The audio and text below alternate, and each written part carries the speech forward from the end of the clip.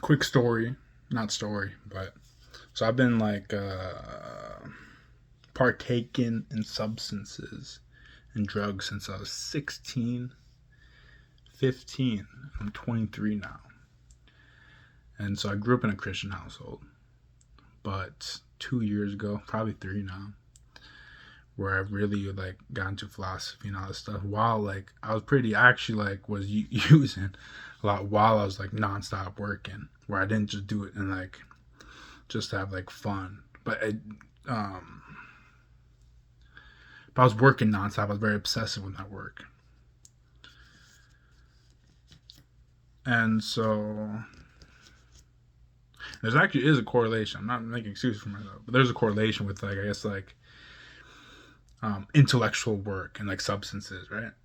And so, but a month's over, and finally, I think my point is like 3 years ago when I really got into it, Christianity, but I was still drugs. It was like why I became like so into my faith,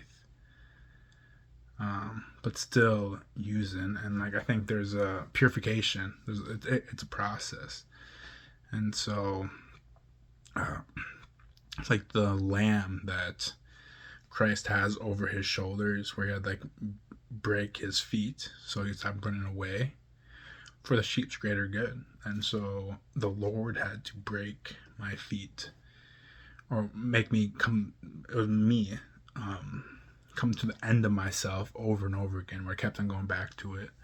I would fall and keep on going back to it, but never giving up my faith. And that is the truth. Like God came for the broken, and so that's why I really like DMX. I think there's a lot of virtue signaling in the West. A lot of these churches where it's like these very feminine men, and like life is like they virtue signaling, and like everyone else is like a mess. That's why I really like DMX, because that's a true Christian to be.